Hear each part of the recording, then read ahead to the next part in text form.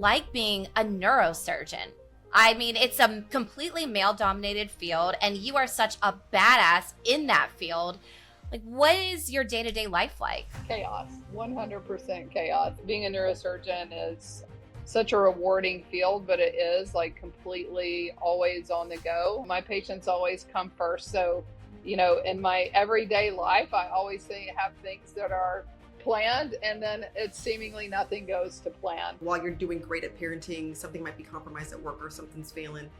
Do you ever have that? We all are dealing with the same struggles, right? Whether or not you're a neurosurgeon or a stay-at-home mom or anything in between, like we all have this feeling of guilt and are we doing enough? There are days where I'm like the best surgeon in the world, but I feel like the shittiest mom in the world, and vice versa. You mentioned trolls, right? How do you deal with them? Like, are you real sassy back, or do you try to be polite, or what's your strategy? Fuck them. Today's guest is a total badass in and out of the OR, also known as the Lady Spine Doc. She has millions and millions of followers on Instagram and TikTok, and she is keeping it real about life both in and out of the operating room. Dr. Betsy Grunch is one of the few women in spine surgery. She is smart, funny, a mom, a surgeon, and somehow also finds time to make content that's equal parts educational and unfiltered. She has built a massive following talking about the real side of medicine, from casual sexism to dancing with her daughter in scrubs. Today, she's here to talk about all of it. In this episode, we cover just how Dr. Crunch became the Lady Spine Doc, how she responds to trolls, balances emergency surgery cases with social media and motherhood, and decides what content to create, and calling out keyboard warriors. Let's get into it with the brilliant, the bold, the totally unfiltered Dr. Betsy Grunch. This episode was very enlightening. I think that as physicians and content creators, anyone who has dealt with sexism, or anyone who is a mom, anyone who's juggling a lot, I think can definitely get a lot of amazing tips and points from this episode. Yeah, and I think what else is really interesting about this episode is even amongst doctors, we look at neurosurgeons we put them on a pedestal, right? We think of them as these like godly like figures because they kind of are. Like, they have life and death in their hands every day, and it's just really wild and crazy to see and hear them as the humans that they are, because at the end of the day, we're all humans, and it's so fascinating to see how Dr. Grunch has built up this incredible army and this community of followers online, just being her real and authentic self. Definitely. Yeah, we go into all of that, and it's very inspiring. Yeah. And I think as people like ourselves who are content creators and on social media, we deal with so many trolls and so many haters, but I think she has it even worse because she is in this field that is completely male dominated. And, you know, a lot of people think of a neurosurgeon as this like really old kind of white guy who's always wearing a white coat, who doesn't have a personality. And she is the opposite of that. And I just think it is incredible to hear her story. Definitely. Yeah. It makes you realize that everyone's a human, even neurosurgeons. So yeah, we're really lucky to have her. Let's not wait any longer. Let's get into it. Okay, so we are totally fangirling here. Can't believe that the real Lady Spine Doc is on our podcast today. But this is the question everyone wants to know. Who is Lady Spine Doc? Like, take us back. How did you get to where you are? I know that's a loaded question, but I mean, I think that's what everyone wants to know. They want to know you. That's so funny. I identify now as an alter ego. So yeah. So I mean, I don't really know how it started, but I just kind of gave myself this name for socials, and it's just kind of stuck. But I didn't have any like aspirations of like coming into what exists. It's just kind of been this like crazy transformation of things over time that's led to this. So it's been a fun experience, but yeah, I'm just a Georgia girl that practices neurosurgery in my hometown and has Oh, some no fun big in deal. front of the camera. No big deal. Just practicing neurosurgery. But like, I think the biggest thing that people want to know about is, what's it like being a neurosurgeon? I mean, it's a completely male dominated field, and you are such a badass in that field. Like, what is your day-to-day life like? Chaos, 100% chaos, fueled by lots of caffeine. No, so I mean, being a neurosurgeon is such a rewarding field, but it is like completely always on the go. I mean, for example, you guys, we had this podcast scheduled for earlier today, and as neurosurgery would be neurosurgery, I had a surgery that came up, and I had to do that case, and my patients always come first. So, in my everyday life, I always have things that are planned, and then it's seemingly nothing goes to plan. So so you just have to be kind of someone that's willing to be super flexible with how things go. And my husband and my family knows that, like, we make plans and they're always fluid. So that's a great skill to have. It's just learning to be flexible and having to deal with whatever gets thrown at you. Yeah, it's not the best for someone that's type A and schedule oriented, but you just kind of get better at it as things are thrown at you, and you just deal with it. Totally. So when did you decide you wanted to go into neurosurgery? Like, what was that experience like? What was what was your life like to get to the point that you are at now? Like, take us back. Yeah. So, I grew up in this small town in Georgia, and my mom was a cop. And I always wanted to be like my mom. I just thought she was like such a badass, like coming home in her like gear and like listening to all the stuff she did. I just thought she was like the coolest person, and I wanted to be like her. And right before I started high school, she was involved in a car accident in the line of duty and was quadriplegic. So she suffered a spinal cord injury.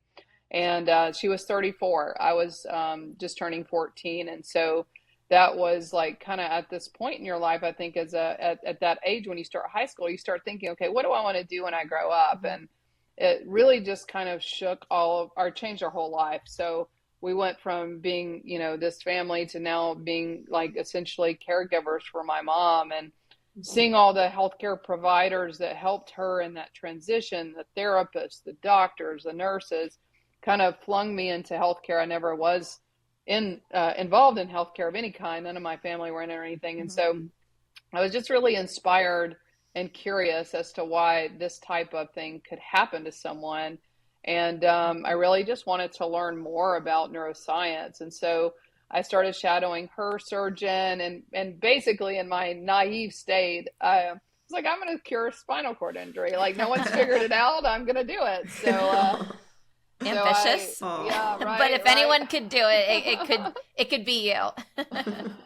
So I just started becoming more interested in neuroscience and being a physician, and particularly being a surgeon, a neurosurgeon. And I'm just the kind of person that you can't tell me no. So I think as a woman going into a male dominated field like neurosurgery, I mean, I was told so many times, or questioned so many times. And being so headstrong like my mom, I just didn't let anybody deter me. And, fast forward, here I am. Yeah. Oh my gosh. I remember you sharing that story on your social media, and I was like, it made me cry. And just hearing it again, it just makes me want to tear up. The inspiration behind like why you went into neurosurgery. And yeah, it's just amazing how much family, I think, drives people to go into medicine too. The firsthand experience of different medical issues. Yeah, I think everyone goes into healthcare for a reason, many reasons, but it's always interesting how things that happen so early in our lives really mold us into who we are. But I think people with those really deeply connected events really have a very strong bond to what they do and are very passionate. And that's just been my whole life's journey. So I love what I do, even though it's hard as hell sometimes. It's so fun. Are there any, I know being in neurosurgery, right? We talked about it being full of men. Is there ever like a specific moment in your career that you felt like everyone was against you because you're a female, or you felt like someone was, being sexist towards you because you were a female with all these men around? Yeah, I wouldn't say there was ever an event where I felt everyone is against me, so to speak. But I will say, like, throughout the whole journey, there's always doubters, there's always naysayers, there's always like questioners, and it really is sometimes makes you question yourself. And you hear it, once, twice, three, four times, and you start to really think, well, maybe they're right. Like maybe women can't do this. Maybe I can't have a family. So it is, really difficult to kind of mentally challenging to really like kind of say, okay, no, I am able to do this. I can be both. I can, do all the things that people say that I can. And, I run into that almost every single day, even now. But, through that journey, I think it's just so important for women to be in male dominated fields because we bring different thought process, different capabilities into ideas and stuff into fields. So it's so important to kind of show that to the world that, that it is possible. You can do it. You shouldn't listen to what people have to say. Absolutely. And and on top of that, you're a mom, right? And so I think there's so many of us, even in medicine, right? People say all the time, oh, I want to go into medicine. Like I'm interested in surgery, but I also want to have kids. And so I think you're just such a wonderful example of being like, I can do it all. I can have this incredibly beautiful family and I could be there for my kids, but I can also be saving lives every day and pursuing my dreams. But what is it like to be a neurosurgeon and a mom? How do you balance that? it takes a team. I mean, I think, it would be very foolish of me to sit here and say, oh, I do it all. It's all me. Like, no, I can't even function in my day-to-day life being a surgeon on call and having my kids alone, because if there's a minute's notice, I have to leave and go help the patient. So just like all things in medicine and in life, I mean, you're successful whenever you have a solid team. And so that's the same as home life for us. And so, my husband is super flexible and understands the job my kids do. And so, my family, they're all super supportive. My daughter is actually over at my cousin's right now. So yeah, I mean, it just takes it's a full forged effort. It takes a village and not one single person.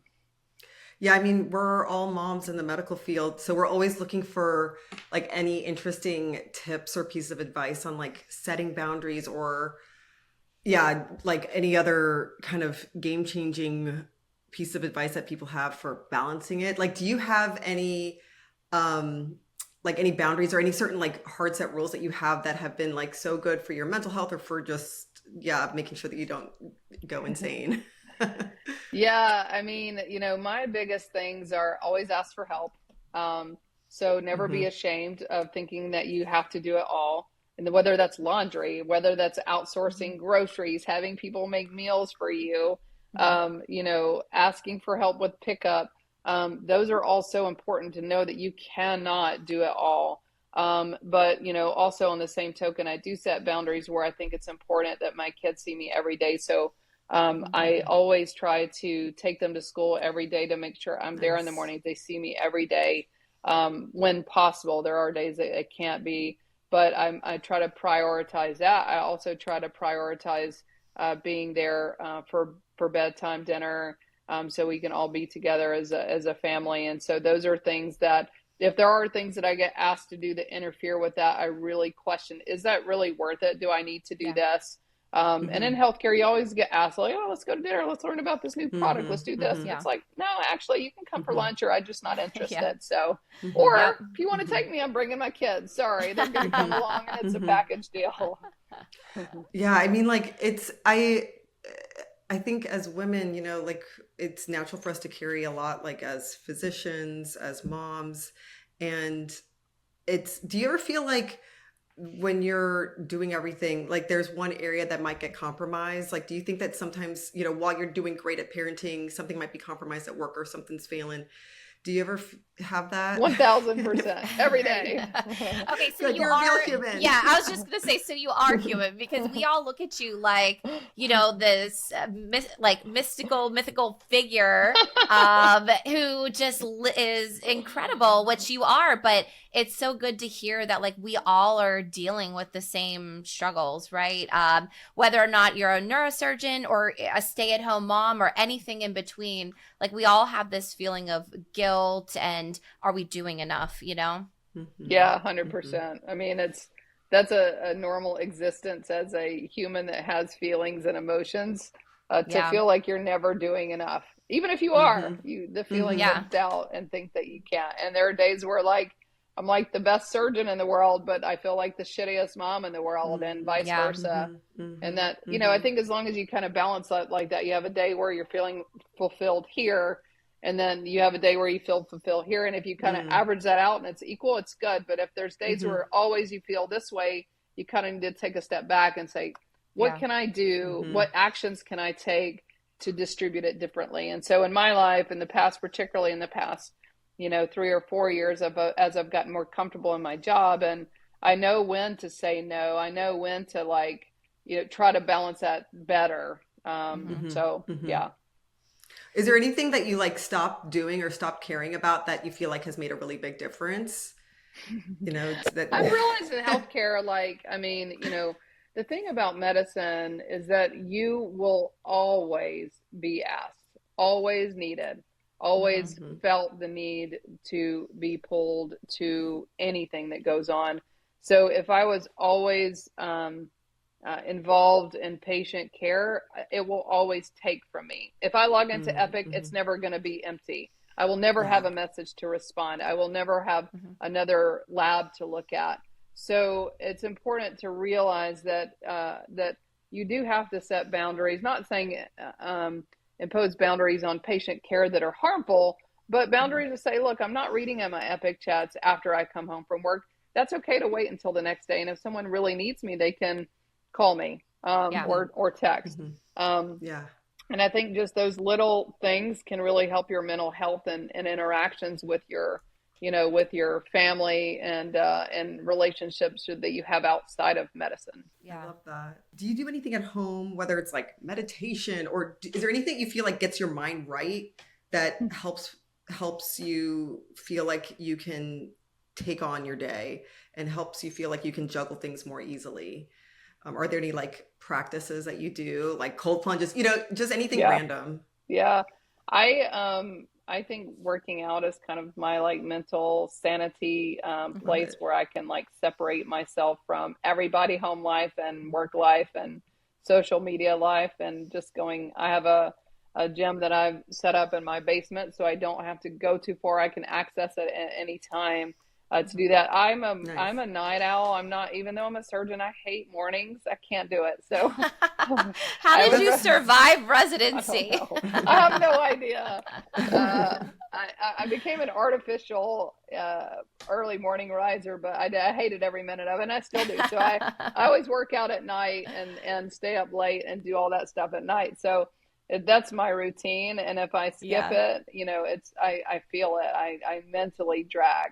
So, did you have your kids during residency, or when were you pregnant?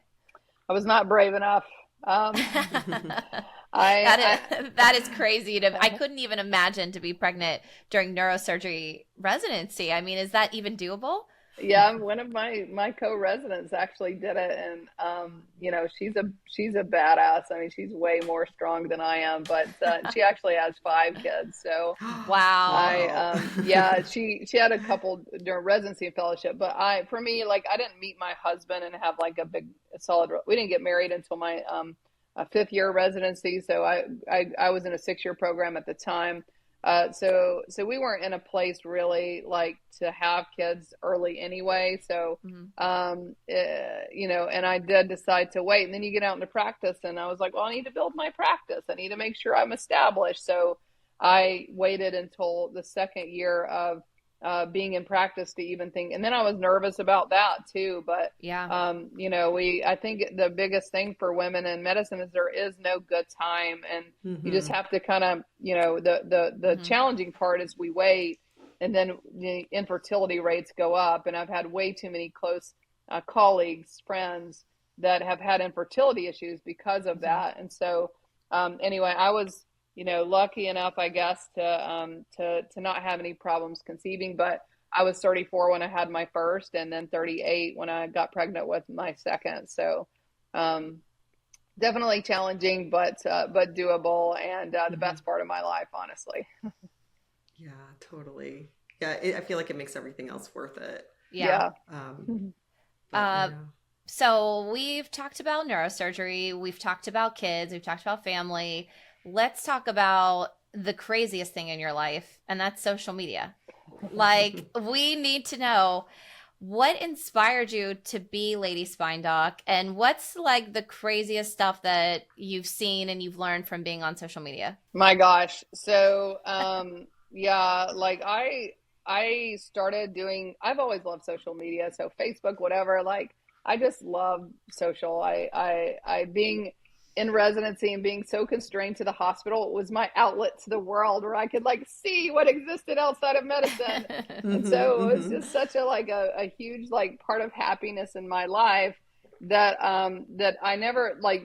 And we're talking about like in the late 2000s, early 2018, 2019, like those were times where like maybe social media is unprofessional, right? So I really struggled with how I could do it professionally. So I'd really just have my own personal accounts.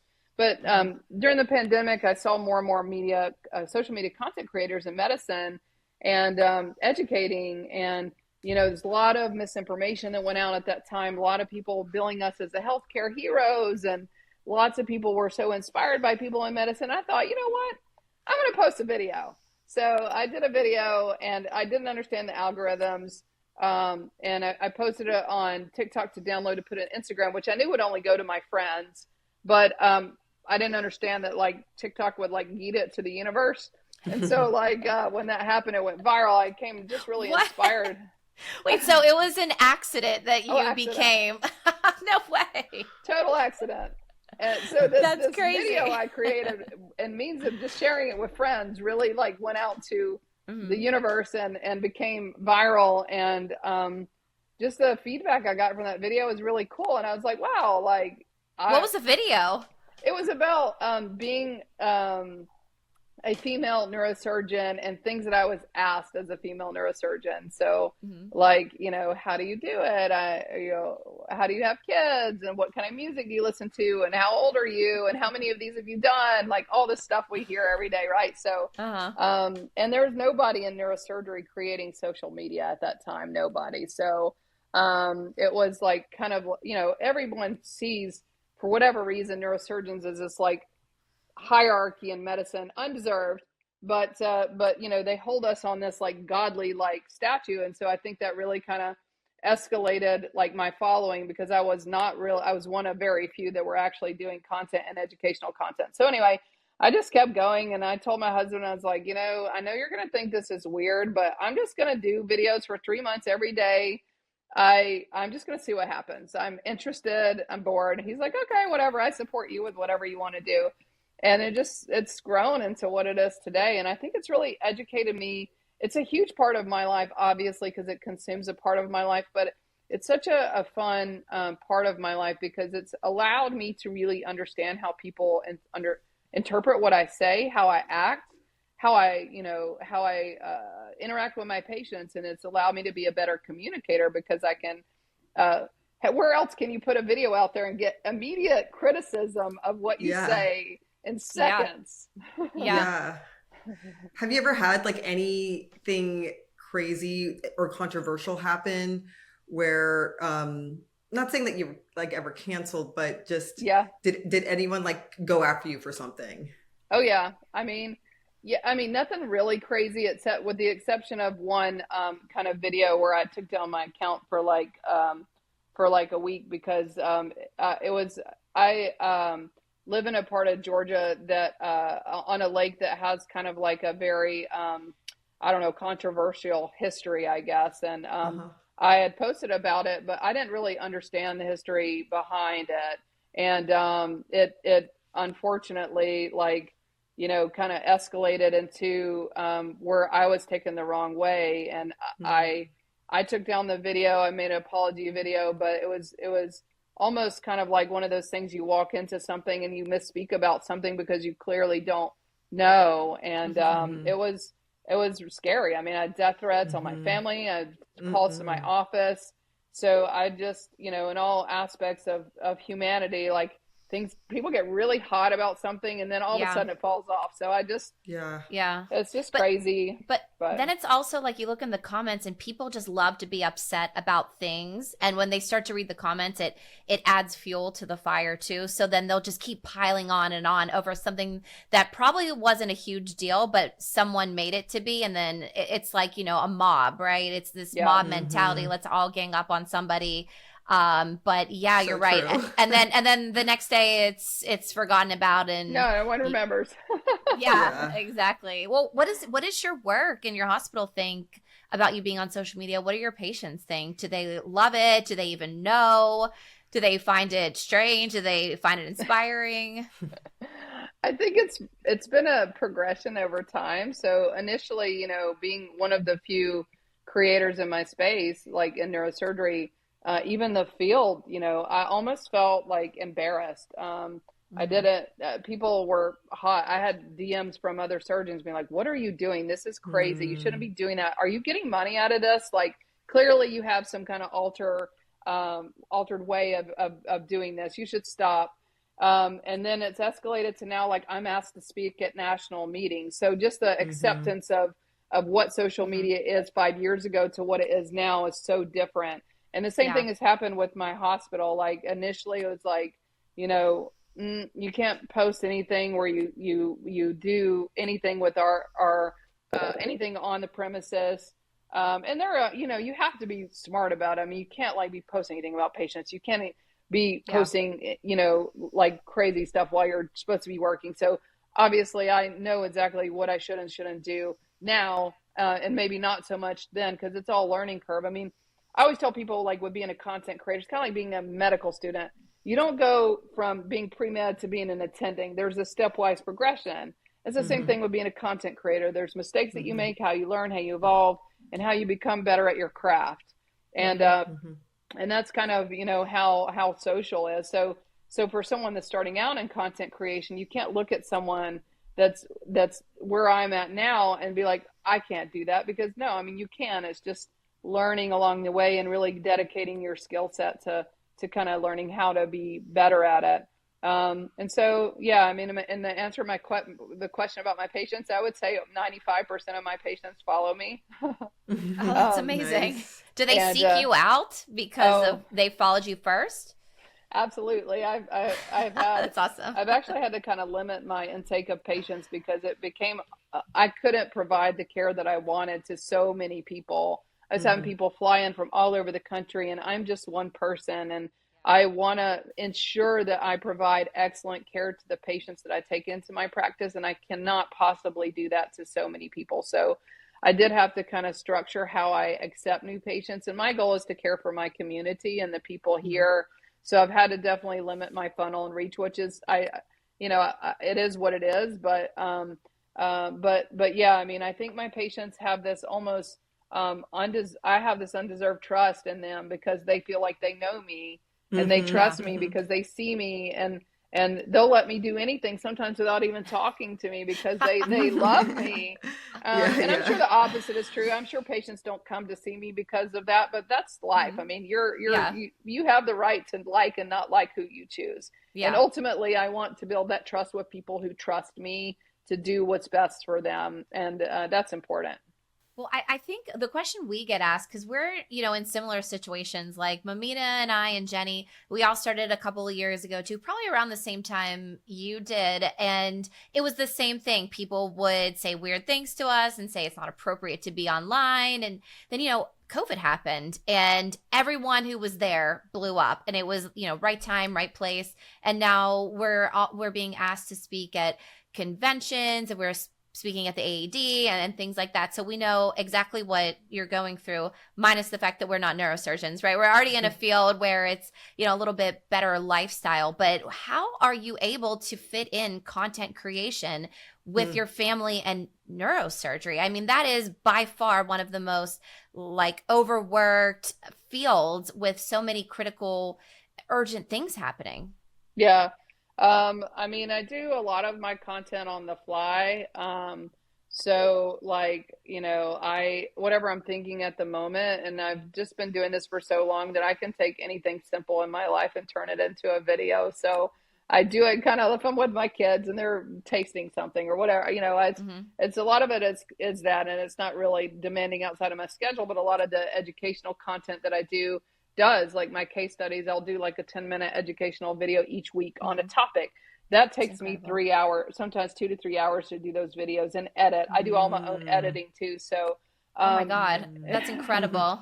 I want everything to be authentically me. And so I think that's so important. And when you outsource some things, it just loses that feel. Yeah. But I always, Sunday night, I know my butt's going to be in front of the computer, filming, and my husband knows. And it's after the kids go to bed. I do almost exclusively my content after my kids are in bed, so I don't interrupt that family time. And I mean, I have a team. It's the same like we talked about earlier. Team. I have a team of 4 people that help me with social, and I have a merch thing going on too. So we have a big team that's really helped build my brand into what it is, and it does take a team of everyone that feels passionate about the mission that you're doing to help. Yeah, I've seen your merch stuff, but for our listeners, tell everyone about it. It's the coolest stuff I've seen. It's been crazy. So it started, as I've grown on social media. I think, most content people will have some merch and stuff. But the thing I love fashion. I mean, I'm not the most luxuriously fashionable person. I like t-shirts. I like casual wear. I like expressing. I like colors. I like, those kinds of things. And so in healthcare and in neuro, I mean, if I wanted a shirt with a spine on it, it's I go on Etsy. I'm oh, that's not cool. I don't like that. So anyway, I just was I want to make some cool spine shirts. So I hooked up with some people on Stories and interviewed some people, and I paired up with this boutique in my town. We came up with some ideas. All right, let's launch it. So we launched it in last October, and it was really amazing. And then I had Dr. Beachdam, if any of y'all follow her. She's amazing. She's so cool. Yeah. Amazing. We have the same vibes. And she messaged me, and she, of course, if you don't know her, she went through this whole flooding thing with her house, and was really, so she didn't have those sources to do her own merch, but she had a passion to do it. And I was like, you know what? I've spent the past 6 months trying to farm up how to do this, and it's a pain. So why don't you just tell me what you want to do, and let's do it together. So, nice. So I brought her on, and over the past, few months, brought more and more creators on that are just like me, wanting to do stuff, but not knowing the resource on how to do it. And I figured it out. So, we've launched into this kind of brand, if you will, of just things that people in healthcare know what we want. And so it's really cool to kind of see some ideas come to life of things that represent us as healthcare providers, and how we want to wear it, how we want to style it. And it's become unfortunately another business for me. But it's been fun. And I think we have 3 more creators that are joining very soon. Stay tuned. Probably people you follow. It's just fun. So have you met a lot of other creators in real life? Yeah. The other med doctors, influencers? Yeah, I've met a lot, at conferences or events, or if I'm in a city where someone I follow, I'll DM them and try to meet up, because I think as influencers, it's healthcare influencers, it's such a unique niche that no one gets it except for others. Yeah. And it's really cool to be able to talk openly with people that are in our niche and understand the stresses and the obligations and how people interact with you. And, we're not competitive with each other. We want to learn from each other, learn from others' mistakes. I mean, there are, things that come to you as like brand deals, and that can be very like reflective on your image, but you also want to like ask for what your worth is. And it's this great area market where like, what is my worth? I don't know. So like, if someone's done that, you can ask them their opinion, and just, I've been able to kind of do that where I've built some really, really cool friendships. And I think anybody that's in this space, I mean, they have to have a certain personality. And for the most part, I've found them to just be really cool and open people that are just like, to be able to take all the criticism you get on social, you have to be the kind of person that you can just brush off stuff. It takes a very unique personality, and I usually get along with that vibe. Yes. I remember seeing you at, I think Tiffany Moon's, was it her summit, Leader Summit? Yeah. It seemed like there was a bunch of awesome medfluencers there. Yeah. I'm actually going to be speaking at her event this year, but I was able to meet like, cool thing about Tiffany and her conferences is like other women that are not even in healthcare. So like Maternity Martinez, like, other cool people that are in other industries, but it's a similar. Yeah. So it's cool. Like just meeting all these people is so like inspiring to like continue to do what we do and collab. I mean, like that collaborative effort is really important too, and to bring each other up. Okay, so when you mentioned trolls, right? How do you deal with them? Like, are you real sassy back, or do you try to be polite, or what's your strategy? Fuck them. You can cut that. You made the funniest video the other day that we were watching. It was like you took apart someone's like troll comment and you broke it down like word for word, and I was like pissing my pants. I mean, for people, it's just so funny. The people who actually leave these comments, the audacity. Like, can you imagine coming up to somebody on the street and being like, I hate the way your face is shaped. And you're like, what? Kind of, what? No, so it depends on the mood I'm in as to how I react to comments. So, like, sometimes I'll have my whatever. Sometimes I'll have my instant block, restrict, veto, you're not in my feed. Sometimes I'll be like really hurt. Like it's some of the things people say hurts my feelings. And, then I'll have these times where I'm just like, oh, this is great content. You just served this up to me, sir, on a platter. And it's, that day I was feeling real sassy. And I didn't want to make that person an example. But to be honest, like if you have the audacity to get on social and say that, then you should have the audacity to say that to someone's face.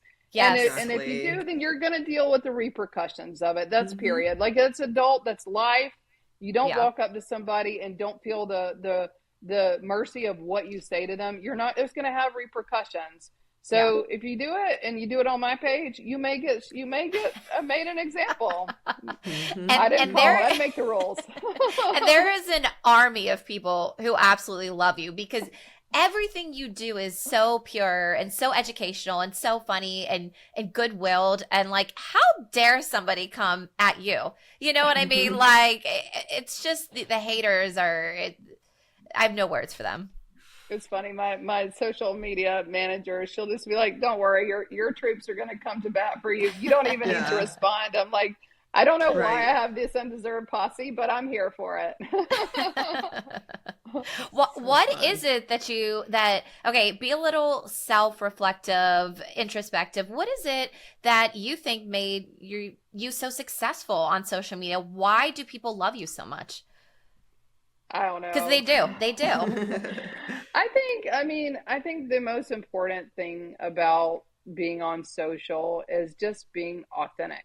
And, just being you, showing the good, the bad, the ugly, and everything in between, and being honest. Like, I think on social, it's so easy to feel like you have to like deliver this pristine image and hair always done and makeup done perfectly and skin looking good. And that's not life. So, another thing I think that I didn't know I knew that like consistency was really important in content when I first started, but the consistency of doing educational and like medical related content just was daunting and really like overwhelming to me, because that's not me. It's like my life is very versatile. So I have kids, I have, fun times. I like to have fun. I like to educate. So I just like, what kept me from burning out from social is just presenting all parts of it, like things that like entertaining me one day.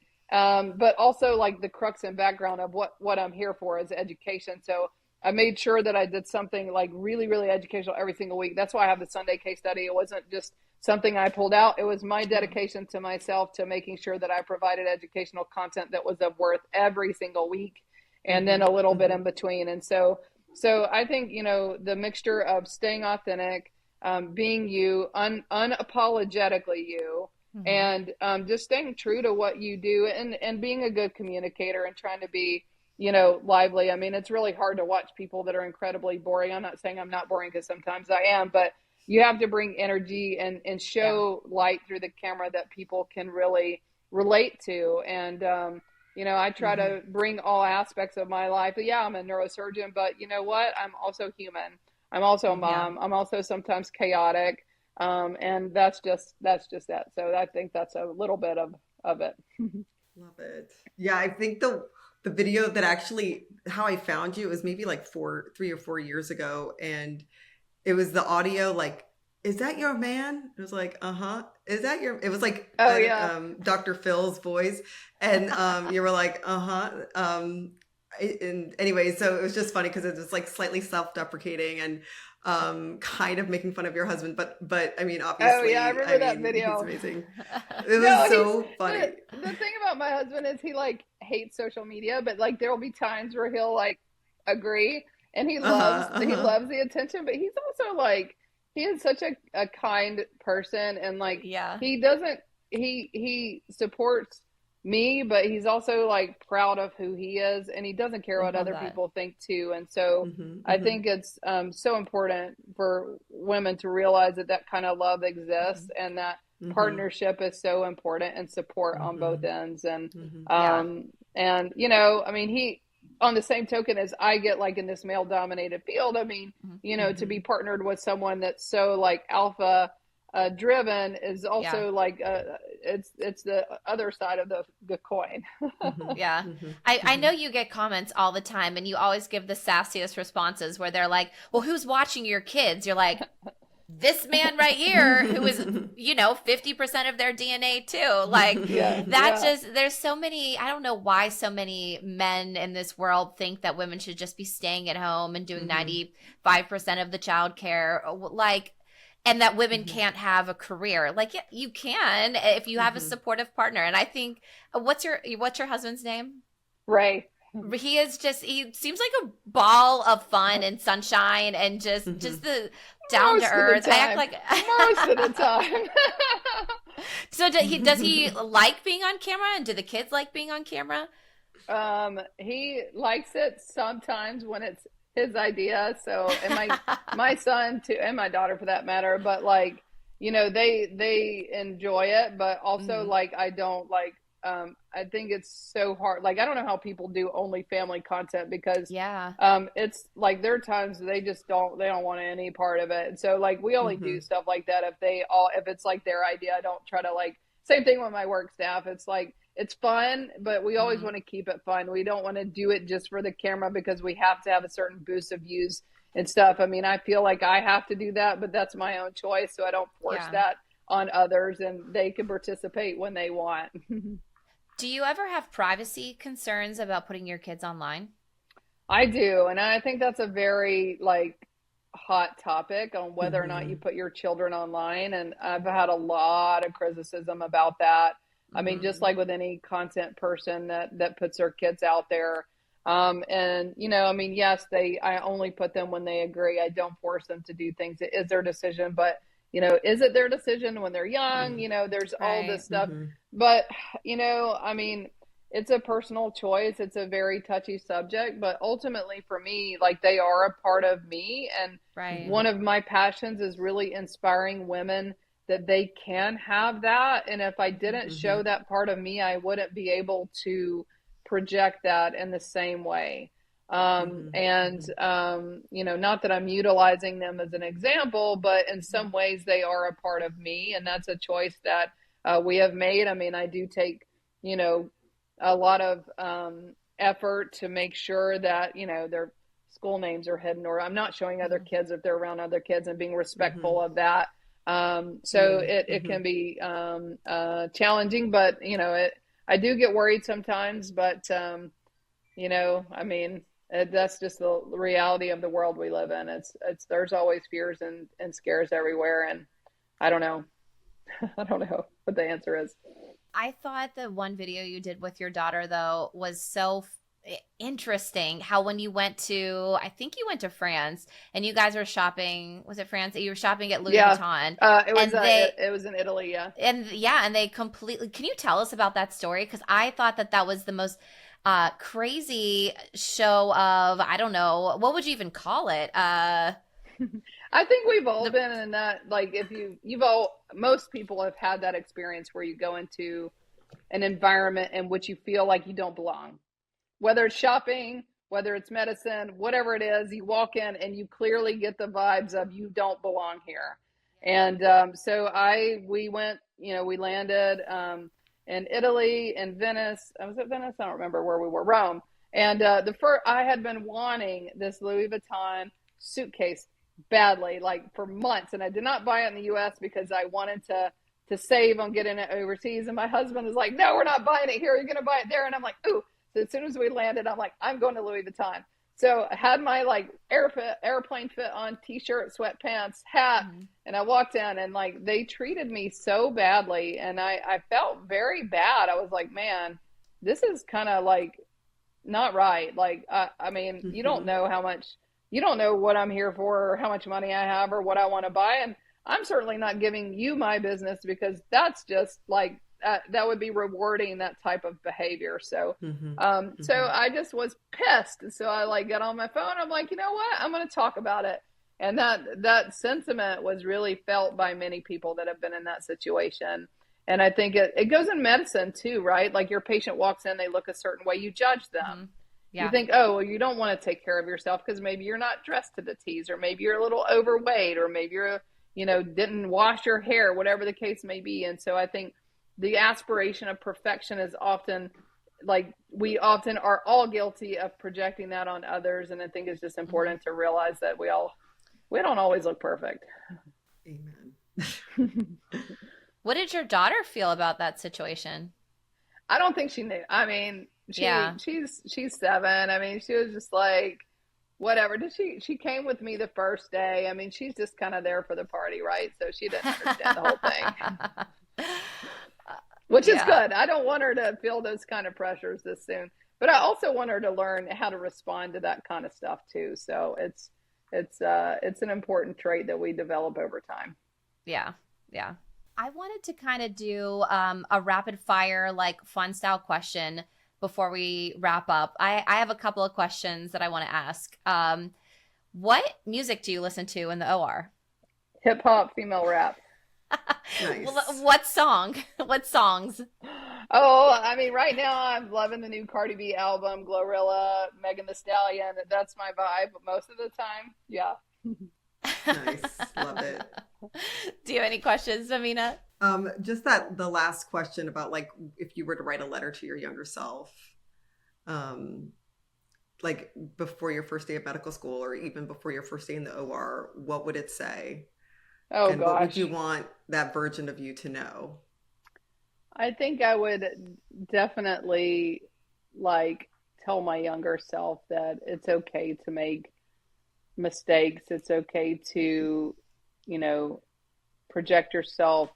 The aspiration of perfection is not always accurate, and to give yourself grace, because I think as like women in healthcare, physicians, particularly, and moms, like we often like beat ourselves up too much because we feel like we're always not doing our best in one shape, form, or fashion.